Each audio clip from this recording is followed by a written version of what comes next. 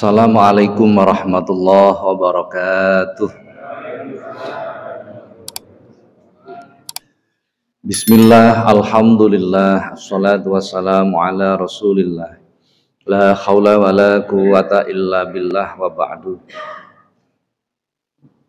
Ila hadratin nabiyil mustafa Muhammadin sallallahu alaihi wasallam, alihi wa azwajihi wa auladihi wa dhurriyyatihil kiram, wa ila jami'i baqiyati sahabati wa tabi'in wa syuhada'i wa salihin wal ulama'il amilin wa musannifin wa mu'allifin wa jami'il malaikatil muqarrabin wa sadatina sufiyatil muhaqqiqin nususan ila sultanil awliya as-syekh Muhyiddin Abdul Qadiril Jilani wa sairil awliya illah wal awliya tis'ah wa ummahatina wa abaina wa ajdatina wa jaddatina wa masayyikhina wa asatidina wa muallimina ذوي الحقوق الواجبة علينا وعلى الحاضرين في مجلسنا هذا خصوصا إلى من فتح هذه القرية خصوصا إلى مؤلف هذا الكتاب الشيخ الإمام جلال الدين بن كمال الدين السيوطي رضي الله عنهم سيقول الله لهم الفاتحة أعوذ بالله من الشيطان الرجيم بسم الله الرحمن الرحيم الحمد لله رب العالمين الرحمن الرحيم مالك يوم الدين إياك نعبد وإياك نستعين اهدنا الصراط المستقيم صراط الذين أنعمت عليهم غير المغضوب عليهم ولا الضالين آمين. Para jamaah, alhamdulillah, sore ini kembali kita dipertemukan Allah di majelis yang penuh dengan keberkahan ini. Mudah-mudahan apa yang kita laksanakan senantiasa dicatat sebagai amal soleh. Amin Allahumma amin. Para jamaah, kita lanjutkan bab 9 sampai bab 9. Alhamdulillah sudah hampir seperempat. Pirang tahun ini mbuh oleh seperapat.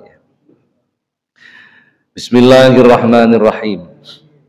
Qala al-musannifu rahimahullah ta'ala wa nafa'ana Allah bihi wa bi'ulumihi wa a'ada alaina min barakatihi wa asrarihi wa karamatihi fid dharaini amin. Al-babu tasi'u utawi kibab at-tasi'u kang kaping 9 iku fi fadilati sholatil jamaah, tetap dalam nutur kautamane salat jamaah. Bab 9 ini menerangkan tentang keutamaan sholat berjamaah. Insyaallah kula jenengan wis sering nglakoni nggih. Tapi kita ulang kembali tentang keutamaan sholat jamaah. Sholat berjamaah itu hukumnya napa? Enake napa pun, enake napa? Menurut mazhab Imam Syafi'i, sholat jamaah itu sunnah mu'akkadah. Menurut mazhab Imam Abu Hanifah wajib. Jadi sebagian mazhab itu wajib. Di negara-negara yang mewajibkan sholat jamaah, itu sholat dibagi 3. Awal waktu, tengah waktu, dan akhir waktu. Jadi masjid ini itu didum. Kami memiliki Masjid Nurul Islam. Kebagian awal waktu, berarti duhure pas jam 11:30 atau jam 12. Sebelahnya ono masjid meneh tengah waktu, berarti sekitar jam 11:30, jam 1 lah, itu tengah waktu. Masjid sebelahnya lagi akhir waktu, sekitar jam 2. Dibagi seperti itu biasa. Kenapa?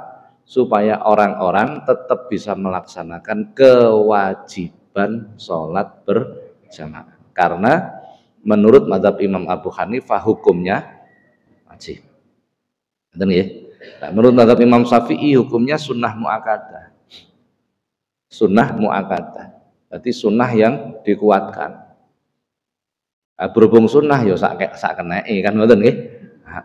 Ya jamaah ya monggo ora ya. Pun hukumnya seperti pun. Kenapa sholat itu dianjurkan berjamaah? Karena sholat itu imat. Imat itu soko guru. Rukun itu artinya tiang, cagak. Imat itu soko guru. Napa soko guru? Tiang yang utama.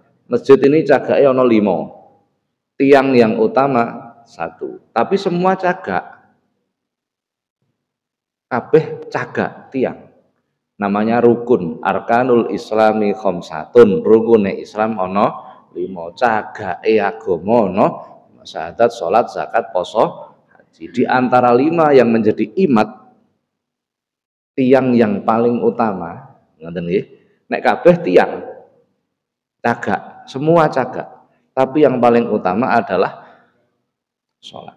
Karena salat itu merupakan imat yang paling utama, maka harus sangat diperhatikan. Memperhatikannya itu adalah bagaimana sholat kita diterima Allah. Itu cara memperhatikannya. Dan itu paling sulit. Sebab Gusti Allah ora tau ngekei tanda terima. Jadi kalau jenengan ora ngerti diterima apa ora, betul nggak? Nah, karena nggak ada tanda terima, maka kita harus benar-benar hati-hati. Kudu nemen hati-hati. Nah, kita sudah diperingatkan dalam Al-Qur'an. Ista'inu bis-sabri was-shalah wa innaha lakabiratun illa 'alal khashi'in. Ista'inu nyuwun tulunga sira kabeh marang Gusti Allah. Bis-sabri was-sholati kelawan nindakake sabar lan salat. Mintalah tolong kepada Allah dengan melakukan sabar dan salat. Ngeten iki jenenge napa? Apa namanya? Wong njaluk tulung nang Gusti Allah kok melalui sabar dan sholat, apa namanya? Kan kudune njaluk tulung wae. Ya Allah panjenengan tulungi kula, kan begitu kudune. Betul nggak? Tapi ternyata perintahnya enggak begitu. Bisabri was sholat. Dengan melakukan sabar dan sholat. Artinya itu ista'inu bil wasilah. Minta tolonglah kepada Allah melalui wasilah, perantara. Apa perantaranya? Kesabaran dan sholat. Jadi yang menolong kita itu bukan sabar dan sholatnya, bukan, tetapi Allah melalui kesabaran dan sholat. Nek panjenengan buka teng kitab tafsir, panjenengan nanti tafsir mboten? Wis teko ayat niki. Oh koyoke lali njenengan iki. Ista'inu bis-sabri was-shalah, minta tolonglah kepada Allah bis-sabri was-shalah. Sabar ini dimaknai puasa. Adoh nggih. Sabar ini dimaknai puasa. Kan beda nggih. Jadi panjenengan maca Quran terjemahan gak pinter pokoknya, tambah keliru kabeh iso-iso nggih. Harus mempelajari tafsir. Nah, tafsir itu banyak sekali, amat sangat banyak. Mulai sing gede-gede Ibnu Katsir, Ruhul Bayan, Jalalain pertengahan itu nggih. Tafsir Sawi. Kalau naik Senin ngaji tafsir Al-Ibris teng kampung kula. Sekarang sampai juz 5 nek mboten salah. Lama. Saya ngaji tafsir seminggu sekali itu setahun itu paling cepat 1 juz. Paling cepat itu. Jadi nek khatam berarti 30 tahun. Mbuh dhisik wonge, mbuh dhisik khatame. Tapi menyenangkan jadi. Tafsir itu menyenangkan memang. Jadi ista'inu minta tolonglah kepada Allah bisabri dengan berpuasa washolati dan melakukan sholat. Kenapa sabar ini dimaknai puasa?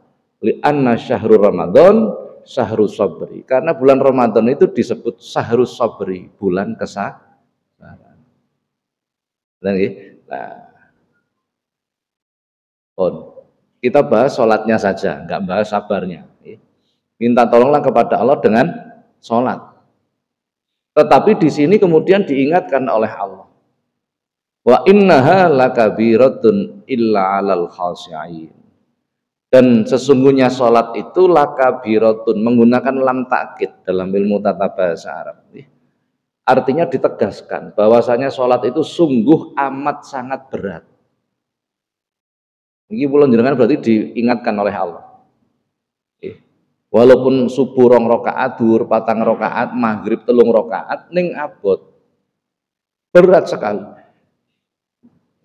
Tidak hanya berat, tapi berat sekali. Menggunakan lam takkid.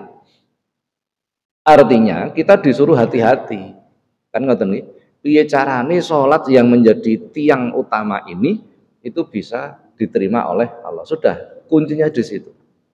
Lah untuk diterima Allah itu berat, lakabirotun. Berat sekali. Illa 'alal khashi'in, kecuali orang-orang yang khusyuk. Mana ngomong khusyuk entek awake dhewe. Habis. Rasulullah itu pernah mengadakan lomba khusyuk pada murid-muridnya, para sahabat itu. Satu pun tidak lolos kok. Itu muridnya Rasulullah. Muridnya Rasulullah. Lah panjenengan muridnya sapa? Gitu. Nek kula jenengan terus merasa kita khusyuk, alah. Dadi apa Kang? Ngoten lah ya pertanyaannya nggih. Saya nggak meremehkan, tidak. Artinya kita harus mawas diri gitu. Para sahabat itu yang langsung gemblengan Rasulullah aja seperti itu. Itu namanya kita mawas diri, tahu diri. Sebab kadang niku orang beragama niku sok kebat kliwat. Napa kebat kliwat niku? Berlebihan, over nggih. Begitu iso maca Quran, wis bendina maca Quran, romangsane wis paling apik dhek ini. Padahal tidak begitu. Justru kalau begitu itu mendorong kita mempunyai sifat ujub. Nah, nek wis ujub, semua amalnya habis, tidak akan diterima oleh Allah. Nah, dan lain sebagainya pun. Nah, dipun terangaken datang kelanjutannya ayat niki wau, alladzina yadunnuna annahum mulaqu rabbihim wa annahum ilaihi raji'un.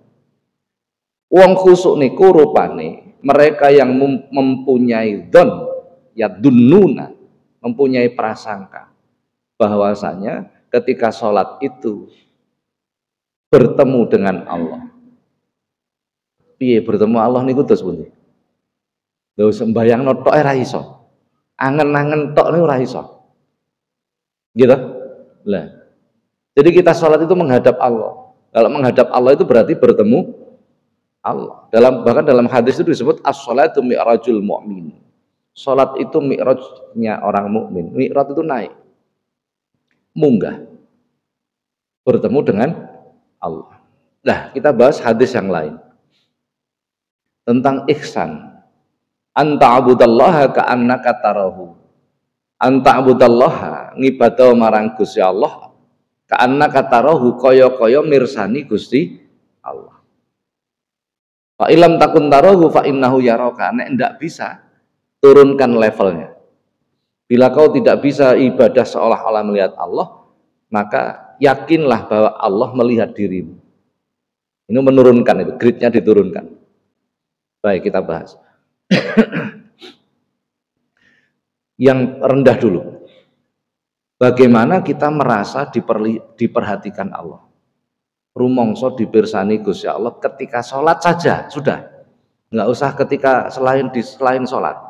Ketika sholat saja. Bila kita ketika sholat itu merasa dilihat Allah, saya berikan sebuah ilustrasi. Panjenengan dijak ketemuan karo gubernur jagongan wong loro. Dep depan, tidak ada orang lain. Sikile jenengan dicopot nyamuk. Kira-kira jenengan kukur sikil neng ngarepe gubernur wani apa mboten?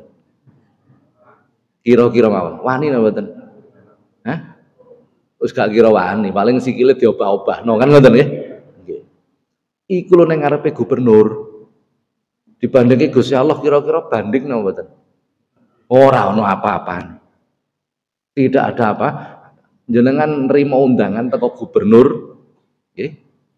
Sik nerima undangan, besok diajak ketemu dengan gubernur. Kira-kira panjenengan nemoni gubernur iki kaosan katokan apa nggawe klambi sing apik? Apa nggawe klambi sing apik? Mesti milih yang iku lho atase ketemu gubernur, ora ono apa-apane dibandingke Gusti. Sudah dari sini saja kita bisa perhatikan. Apakah kita merasa diperhatikan Allah atau tidak? Gitu. Syabil Hasan As-Sadili, wali Gusti Allah, termasuk Sultanul Aulia, rajanya para Jadi wali itu dalam hadis disebut jumlahnya 500, kurang lebih, kadang kurang, kadang lebih.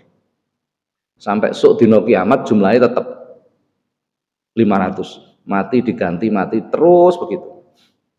Dari 500 itu ada yang diangkat menjadi sultan, rajanya para wali, selalu ada. Sampai hari kiamat selalu ada. Syekh Abdul Hasan As-Sadili ini salah satu yang pernah menjabat sebagai sultan. Kebetulan jabatan sultan itu pernah dijabat oleh orang Indonesia. Mbah Sunan Ampel itu pernah menjabat Sultanul Aulia sedunia. Nah, wali ono wali rijal. Jumlahnya 40, jumlahnya 24. Selalu 24 sampai akhir zaman. Wali rijal itu wali sing ditugasi Gusti Allah nulungi wong. Ono wali jenengi wali abdal, jumlahnya 40. Hadis itu. Al abdalu arbauna kata Rasulullah. Jumlah wali abdal itu ada 40. Nanti sampai akhir zaman itu tetap 40. Ada wali autat jumlahnya 4. Autat itu paku bumi dan lain sebagainya. Syekh Abdul Hasan As-Sadili itu nek tuku klambi sing paling larang, paling mahal, terbaik, digunakan untuk ibadah untuk sehari, sholat, mulang ngaji, zikir, maca Quran, pokok 3 ibadah. Selain ibadah dilepas, sesuk dicuci, disodakohkan, beli lagi yang baru, yang paling mahal. Mengistimewakan Allah, melahirkan rasa syukur kepada, ini bentuk syukur loh ini, bentuk syukur kepada Allah. Sebab ketika kita menghadap Allah, zat yang memberi rizki kepada kita, kok sarunge dum-duman caleg, kira-kira menjadi tanda tanya besar itu bagi Allah. Kowe tak kei bayaran saulan 20 juta, sarung sik kok gawe salat kok mung dum-duman caleg, duitmu kok gawe apa ae? Betul enggak? Loh, ini artinya merasa dilihat Allah. Merasa dilihat. Pertanyaan menjenengan diundang resepsi karo salat, larang pundi klambine? Kira-kira mawon, larang pundi klambine? Sampeyan rasa nglirik sarungku, larang. Nah, jadi bukan urusan pamer atau tidak, itu tahadus bin nikmah. Allah memberikan rezeki kepada kita. Buat apa rezeki itu? Buat apa rezeki itu? Kenapa Syekh Abdul Hasan As-Sadili hanya menggunakan sehari, besoknya disodakohkan? Karena khawatir menggunakan baju mahal itu nek ra iso nggawa dadi takabur, betul enggak? Tapi nek diberikan orang hilang sifat itu. Beli lagi yang terbaru. Sing paling apik, paling larang, khusus untuk ibadah. Itu merasa dilihat Allah itu seperti itu. Teko klambine tok wis beda. Betul-betul mengistimewakan Allah, betul-betul merasa bahwa rizki itu dari Allah dan digunakan di jalan Allah. Itu teko pakaian, dari si pakaian saja. Lo mau cerita, depan karo gubernur, sikile cokot nyamuk, ora wani obah. Lah kula jenengan kudune nek salat nggih ngoten to. Nurul Islam insyaallah gak patek ana nyamuk. Coba sekali-kali golek masjid sing akeh nyamuke. Kira-kira bagaimana? Kira-kira bagaimana? Kan ngoten nggih? Nggih. Kowe enak salat teng Nurul Islam, Pak, khusuk enggak khusuk, nyaman. Nyaman karo khusuk niku beda urusan. Nek panjenengan memang khusuk dimanapun salat tidak ada masalah. Mbuh akeh nyamuk, mbuh kotor, mbuh apa, tidak ada masalah, itu khusuk. Gitu? Ayo dicoba kapan-kapan golek masjid yang paling welek, paling kotor. Kalau kita tetap merasa nyaman, berarti ada tanda-tanda loh nih, tanda-tanda kekhusukan. Lah orang kadang nggak iso bedake nyaman karo khusuk. Gitu. Nah, begitu. Ampun. Itu merasa dilihat Allah. Lah kula yang gumun kok ana wong salat tengah-tengah salat terus angop. Lha ngopi Gusti Allah ya. Nggih mboten. Nah, nang ngarepe gubernur kira-kira wani angop apa ora? Mboten wani. Nggih. Makanya dalam aturan syariat kita itu diperintahkan jangan terlalu banyak bergerak ketika sholat sampai membatalkan sholat, kan begitu cara fikih. Cara akhlak tidak begitu. Cara akhlak itu karena dianggap tidak berakhlak, sebab menghadap kepada Allah. Dari sini saja kita gagal. Kita gagal sudah. Tidak merasa dilihat, apalagi atasnya merasa melihat Allah. Oh, pol-polan. Sayyidina Ali karamallahu wajhah, babul ilmi. Rasulullah menyebut beliau sebagai babul ilmi, gerbangnya ilmu. Itu ketika gegere kena tumbak akan dicabut, beliau izin, aku tak sholat sih, aku nek wis sholat cabutan tumbak. Kenapa begitu? Karena ketika beliau sholat dicabut tumbak, gak kroso loro, ora kroso.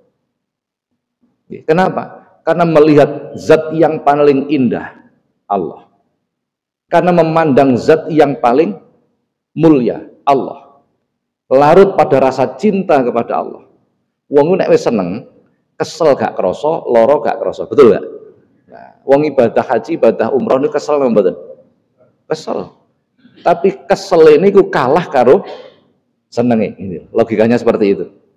Panjenengan duwe anak, anaknya kok lagi seneng sepeda motor, kepingin tuku sepeda motor sing paling larang ditukok nih. Wah, bendino diisi-isi sampai lali mangan dan lain. Nah, itu seneng itu begitu. Lah ketika Sayyidina Ali itu tertusuk tombak ini tadi, dia izin sholat dulu, dicabut ora kroso. Loh, coba itu tanda-tanda orang yang ketika sholat melihat Allah. Nah, kira-kira kula jenengan teko ngendi? Pertanyaane ngoten ya. Saya Abdul Qasim Junaid Al-Baghdadi, imam kita dalam bidang ilmu tasawuf. Ahlussunnah wal Jamaah, kita harus tahu ini. Harus tahu, Ahlussunnah wal Jamaah satu di antara 73 firqah. Firqah itu pecahan Islam. Sebagaimana disebutkan dalam hadis yang oleh Rasulullah disebut masuk surga. Kan sebutannya kulluhum finnar, semua itu masuk neraka, illa wahidah, kecuali satu. Sahabat bertanya, manhum ya Rasulullah, siapa satu golongan itu? Ma'ana alaihi wa ashabi, Ahlussunnah wal Jamaah. Imam kita Ahlussunnah wal Jamaah dalam bidang fikih itu 4. Imam Malik bin Anas, Imam Abu Hanifah, Imam Ahmad bin Hambal, Muhammad bin Idris As-Syafi'i dalam bidang fikih. Ojo nganti kula jenengan gak ngerti ini. Nek gak ngerti imamnya piye, makmum ora ngerti imamnya kan aneh, gitu. Pun. Dalam bidang ilmu tauhid imam kita 2. Abul Hasan Al-Asy'ari, Abul Hasan Al-Maturidi, 2. Dalam bidang ilmu tasawuf 2. Abu Hamid Muhammad Al-Ghazali dan Imam Abdul Qasim Junaid Al-Baghdadi, 2 juga. Ini imam kita Ahlussunnah wal Jamaah. Nek orang gawe iki alamat napa? Bukan Ahlussunnah wal Jamaah. Ngene masyarakat bingung karena nggak memahami ini. Ngoten nggih. Islam iki padha bener jare sapa? Wong saiki ana Islam ngebom wong mlebu swarga kok. Gitu. Rasulullah sendiri sudah mengatakan kulluhum finnar, kabeh mlebu neraka illa wahidah, kecuali satu. Itu Rasulullah sendiri yang mengatakan. Jadi sekarang kita nggak boleh ngomong sing penting Islam, nggak boleh. Sudah ketinggalan zaman orang yang mengatakan seperti itu. Karena Rasulullah sendiri sudah memberikan warning kepada kita. Lah negara kita sendiri sudah memberikan peringatan. Aja ke ono aliran sing ekstrim-ekstrim nggih. Nah, sudah. Kita lanjutkan. Syekh Abdul Qasim Junaid Al-Baghdadi, suatu ketika beliau itu sholat isya ngimami kalih para murid, selesai zikir, kemudian sholat ba'diyah isya, para santri kembali, murid-murid kembali, beliau sholat ba'diyah isya 2 rakaat. 2 rakaat sholat ba'diyah isya itu selesainya tarhim subuh, 2 rakaat. Jadi beliau itu gak tahu sholat tahajud. Orang tahu, ya orang tahu sholat tasbih, sholat hajat, enggak pernah. Kenapa? Gak ada waktu nih. Untuk 2 rakaat saja sudah habis waktunya. Gak kroso kesel, boten kroso kesel. Kenapa begitu? Karena memandang Allah. Orang itu kalau sudah memandang Allah, memandang zat yang dicintai, lupa diri. Hubbuka syai'at tu'mi wa tusim, kata Rasul. Cintamu pada sesuatu menjadikan dirimu buta dan tuli. Wong niku nek wis seneng lupa diri. Dan satu-satunya, bukan satu-satunya, Dan yang boleh dicintai pol-polan itu hanya Allah dan Rasulnya. Dua ini tok. Liyane gak oleh. Seneng jabatan gak oleh teman-teman. Seneng duit yo gak oleh teman-teman. Kok begitu? Seneng bojo lo gak oleh teman-teman. Ampun lah. Lo yang ngomongin dengan bojoku barang. Orang oleh teman. Yang hanya diperbolehkan cinta 100% itu Allah dan Rasul. Hanya dua ini. La yu'minu ahadukum hatta yakunallahu wa rasuluhu ahabba ilahi min ahlihi wa malihi wan nasi ajma'in, kata Rasulullah. Tidaklah sempurna iman seseorang sehingga Allah dan Rasulnya lebih dicintai daripada hartanya, keluarganya, dan manusia semuanya. Oh, ini final berarti ini. Jadi ketika memandang zat yang paling dicintai, lupa diri dia. Wong ini senenge pol-polan masih lupa diri, hadis tadi. Lupa diri. Sehingga tidak terasa, tidak mau berakhir bertemu dengan yang dicintai. Ketemu karo yang disenengi lo tidak mau berpisah. Itu sembahyang rong rakaat itu sampai tarhim subuh. Subhanallah. Jadi tidak salah Rasulullah itu kalau sholat itu hatta yatawaroma qadamahu sampai kedua kaki beliau bengkak. Tidak salah, memang begitu. Karena rasa mahabbah, cinta kepada Allah. Terus gak butuh apa-apa. Tidak butuh apa-apa. Jadi penghambaannya, ibadahnya itu bukan karena kebutuhan. Bukan karena kebutuhan. Kalau butuh hutang, kalau ndang lunas. Bukan begitu. Apa meneh ibadah kula butuh niki urusan pencalonan dadi apa meneh ngono saduh niku. Sudah penghambaannya itu bukan karena itu. Yang diinginkan itu bukan pemberian Allah, tapi yang diinginkan adalah Allah. Ayo kita koreksi. Ibadah kula jenengan iku sing digoleki pemberian Allah atau Allah? Sing digoleki iku peparinge Gusti Allah atau Allahnya. Kalau dalam bahasa tasawuf banyak orang itu Abdur Razak, Abdur Rahman, Abdur Rahim. Abdur Razak artinya hamba zat yang memberi rezeki. Abdur Rahman, hamba zat yang maha pengasih. Tetapi tidak banyak orang itu Abdullah. Bahasanya wong tasawuf niku rada angel. Banyak orang itu Abdur Razak, Abdur Rahman, Abdur Rahim, Abdul Ghani, tetapi tidak banyak yang Abdullah. Menghamba yang beribadah, tetapi ibadahnya itu yang dicari adalah pemberian Allah, bukan Allah. Ana wong ibadah gethu sing digoleki surga, itu berarti pemberian Allah. Angel nggih. Dari situ bukan kelas kita lah. Awake dhewe pokok seger waras sehat wal afiat wis cukup lah nggih. Sudah itu tingkat tinggi semua itu nggih. Sampun. Itu gambaran orang yang ketika menghamba kepada Allah seolah-olah melihat Allah. Nah, karena sholat itu begitu berat, maka dibutuhkan energi bersama. Akhirnya Rasulullah begitu menganjurkan kepada kita untuk melakukan secara berjamaah. Jamaah niku ada banyak keuntungan.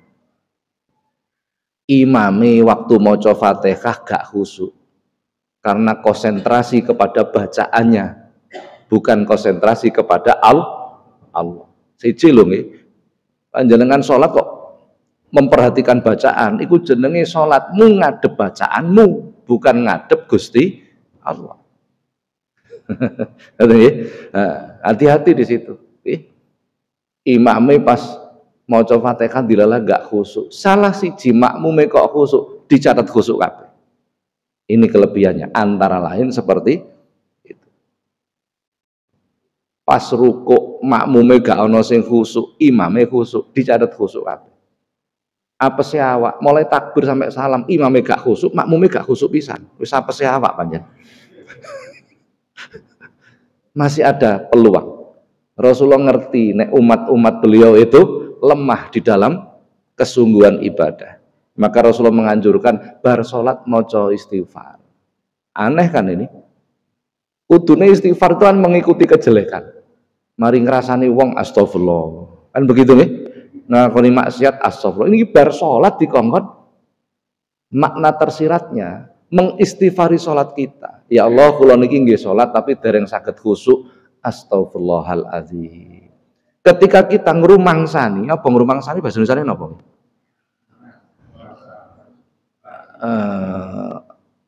Ya meh mirip lagi. Ketika kita merasa betul-betul menyadari, ngrumangsani niku menyadari. Ketika kita menyadari bahwa sholat kita itu belum bisa khusyuk dan mau minta ampun kepada Allah, itu jalan diterimanya ibadah. Jalan diterimanya ibadah. Jadi kita habis sholat baca istighfar itu sebenarnya mengistighfari sholat kita, bahwa ibadah kita itu belum bisa baik. Nah, aneh kula jenengan maca istighfar kaya-kaya mung digawe syarat tok, lisane muni istighfar, hati dan pikirannya tidak mempunyai semangat seperti itu. Nggih mboten? Nah, ini yang menjadi problem. Tapi iku ya wis apik mung wong awam. Tapi mosok awam terus, mosok sekolah kelas telu terus gak gelem munggah kelas 4 ya kan wong aneh nih nggih. Nah, sudah, ini kita harus mengupgrade diri lah nggih. Jadi mengistighfari salat kita. Lo istighfar wae kok sik ora iso tembus, artinya ndak bisa hanya lisan kita yang istighfar, hati kita dan pikiran kita belum bisa mengistighfari sholat. Masih ada peluang lagi dengan melakukan sholat sunnah rawatib untuk nutupi bolong-bolongnya kekurangan di dalam sholat kita. Jadi Rasulullah itu begitu banyak menciptakan peluang bagi kita supaya ibadah kita mudah diterima Allah. Mengkilah nek ngaji bidaya mungkin jenengan akan tahu. Bahkan nek salate gak khusyuk, istighfare gak khusyuk, salat rawatib yo gak khusyuk pisan. Lho lak wis pol ada nanti caranya di kitab bidayah, tapi sik rada suwi kaya iki. Lang gitu yo ngaji ora oleh kesusu yo. Urut teman-teman nggih. Nah, engko nek kesusune mboten apik. Pun kita bahas yang pertama dulu. Hadis pertama. Wa an Abi Hurairah lan den critake saking sahabat Abu Hurairah radhiyallahu anhu qala. Dawuh sapa Abu Hurairah, "Ausoni mekasni ing ingsun sapa habibi kekasih ingsun." Rasulullah sallallahu alaihi wasallam. Faqala maka dawuh sapa Kanjeng Rasul marang ingsun. Ya Abu Hurairah, he Abu Hurairah, sholli ma'al jamaati, sholato sira ma'al jamaati sartane jamaah. Walaupun talan senajan ana sira iku jalisan lungguh. Fa innallaha maqastune Gusti Allah yuktika, paring sapa Allah ka ing sira bikuli sholatin kelawan saben-saben salat sawaba ing ganjaran khamsin wa isrina fi ghairil jamaati. Ganjaran 5 lan 20 fi ghairi jamaati ing dalem liyane salat jamaah. Sahabat Abu Hurairah niku diweling niku dipeseni oleh Rasulullah. Abu Hurairah salat jamaah. Senajan kowe nglakonine isone karo lungguh, tetap lakukan salat jamaah. Ada sahabat lain namanya Abdullah bin Umi Maktum. Nah, Abdullah bin Umi Maktum ini buta. Suatu ketika sowan pada Rasulullah, "Ya Rasulullah, kula niki buta.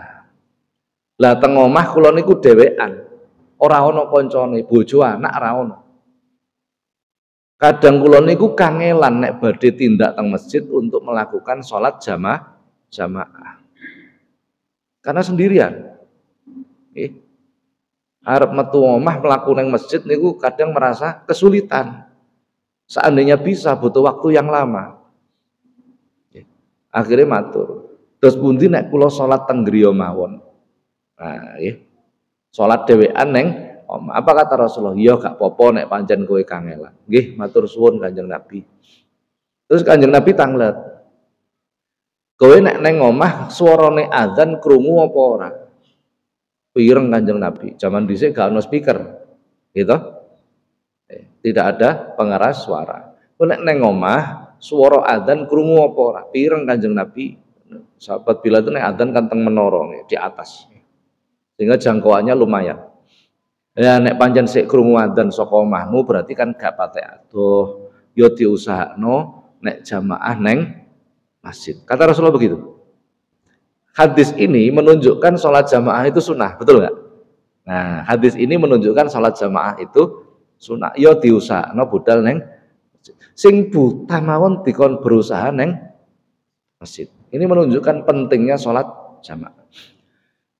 Wa innallaha yu'tika, karena sungguhnya Allah akan memberikan kepadamu bikuli sholatin, setiap sholat yang kau lakukan sawaba pahala khamsi wa isrina fi ghairil jamaah 25 derajat dibandingkan yang tidak berjamaah. Perbedaannya selawi derajat. Nanti ada yang 27 derajat, nanti ada lagi. Ada. Di belakang ini nanti ada. Kita bahas yang 25 derajat dulu. Pahala yang dilakukan sholat berjamaah itu tikel selawi dibandingkan sing sholat dewean. Sudah, ini berarti luar biasa.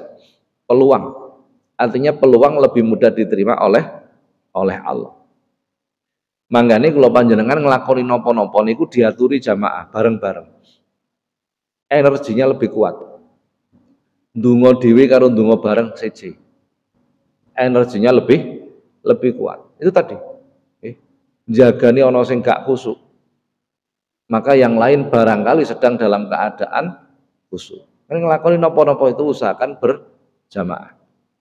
Energinya lebih kuat. Ngoten nggih, sampun.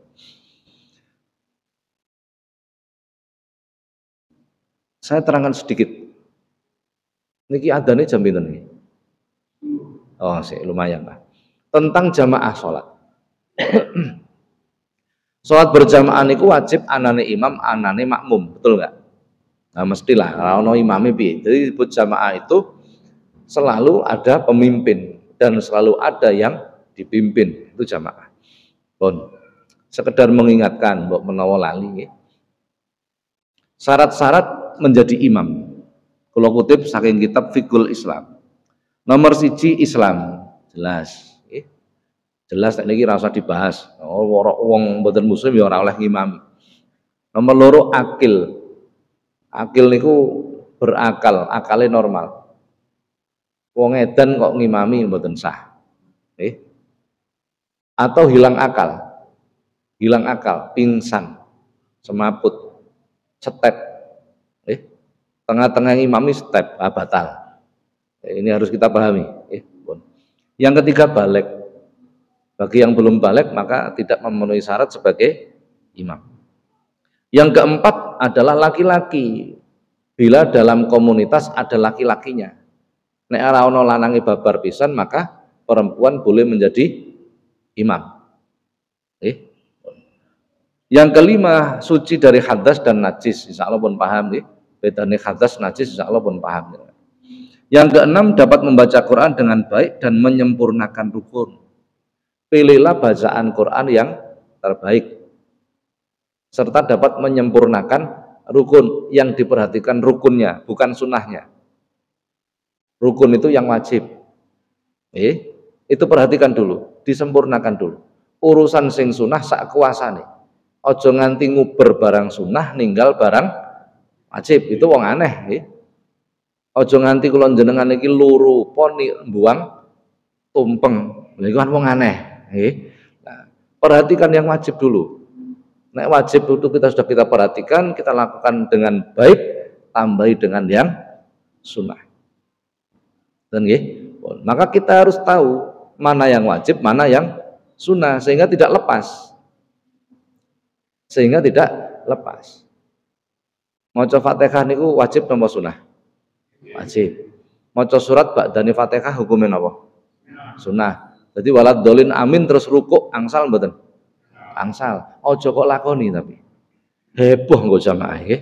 Nah, cepet terkenal jenengan yang lakoni. Walaupun itu sunnah. Pun. Kemudian selesai rukuk. Ketika rukuk membaca tasbih. Tasbih rukuk itu hukumnya apa? Bacaan tasbih rukuk hukumnya apa? Sunnah. Orang maca sah no mboten? Sah. Wajibnya apa? Tumak nina lah. Wajibnya tumak nina. Bukan membacanya. Sunnah membaca tasbih ketika rukuk berapa kali? Oke, keliru sampean. Berapa kali? 1, 3, 5, 7, 9, 11 sampai 20 kali. Sunnah. Nanti di kitab Bidayah diterangkan. Tetapi bagi imam tidak boleh lebih dari 3. Tidak boleh. Keterangannya mangke teng Bidayah. Sik suwi. Sabar mawon nggih. Pun. Nomor 7. Imam tidak berstatus sebagai makmum. Imam tidak berstatus sebagai makmum. Bagaimana penjelasannya? Contoh. Panjenengan derek jamaah kondisi masbuk. Apa masbuk itu? Tertinggal. Contohnya sembahyang zuhur oleh imamnya dapat 2 rakaat, panjenengan derek salat. Masbuk toh? Begitu imamnya salam, panjenengan ngadeg melih melanjutkan 2 rakaat. Ono wong teko, pundake jenengan dicablek, plek. Ini namanya makmum berstatus sebagai imam. Dalam kitab Fiqhul Muslim dinyatakan tidak boleh. Walaupun ada yang berpendapat boleh, tapi itu kaul yang lemah, pendapat yang lemah. Sebaiknya makmum tidak menjabat sebagai imam. Betul nggih? Kita ambil yang hati-hati. Kalau urusan fikih kita ambil yang hati-hati. Berusaha seperti itu. Sudah. Nomor 8, lidahnya normal, fasih, jangan sampai merubah makna. Tidak panjangan golek imam, nek mamane ana wong telu. Nggih. Sik tas mlebu Islam kabeh. Baru syahadat semua. Dengar adzan maghrib. Mereka ini podo-podo apale mung Fatihah tok iku wae gak cetha. Apakah mereka ini lebih baik jamaah atau sholat sendiri-sendiri? Pertanyaannya gimana? Jawabannya gimana? Tetap jamaah. Tetap jamaah. Walaupun keliru kabeh, tetap lebih baik jamaah. Berbeda dengan masjid musola. Ini komunitas yang merupakan simbol agama. Maka pilihlah yang bacaannya lebih baik. Ngerti nggih? Nah, pilih yang terbaik. Nek kampung kula niku jumlahnya musola kan ada 19. Masjid kula kengken mengadakan pelatihan imam rawatib, mulai fikih sampai bacaannya. Mulai fikih sampai bacaan. Jadi setiap musola kita anjurkan ngirim minimal 5 orang. Alhamdulillah yang teko lebih. Kadang ada 7, kadang 10. Jadi memang harus itu. Itu sebagai tanggung jawab kita. Yang ke-8, sholatnya imam dianggap sah oleh madhabnya makmum. Lah ini yang banyak tidak tahu. Sholatnya imam dianggap sah oleh madhabnya makmum. Sedunia itu lebih dari 60% menggunakan madhab Imam Syafi'i. Yang 30% dibagi 3 madhab. Jadi mayoritas menggunakan madhab Imam Syafi'i. Cara madhab Imam Syafi'i, bismillah itu ayat pertama surat Fatihah. Kalau bismillahnya tidak dibaca, maka Fatihahnya kurang 1 ayat. Nek kurang 1 ayat, sah nama batal? Batal. Panjenengan musafir, mampir nang masjid, derek sholat maghrib, ternyata imamnya langsung alhamdulillah. Panjenengan madhabnya Imam Syafi'i, mboten sah. Tidak sah. Bagaimana Pak? Kayak di Mekah intikal, di Mekah saya itu oleh Kemenak itu hampir tiap tahun diminta menerangkan tentang ini, intikal madhab fil hajj, berpindah madhab ketika melakukan ibadah haji. Memang berat itu, materi berat itu. Diterangno bolak-balik saya ngrungokno tetap ra paham, itu beratnya itu di situ sebenarnya. Nah, itu syarat-syarat menjadi imam, karena sudah bel ya sudah selesai. Kula nyuwun ngapunten. Hari ini masih ada 2 acara lagi, jadi saya mboten saged nderek jamaah. Saya meneruskan kewajiban saya. Ngoten riyen nggih. Pertanyaannya insyaallah kita lanjutkan pertemuan yang akan datang. Mungkin kula kabari kapan nggih. Mudah-mudahan manfaat. Al-Fatihah.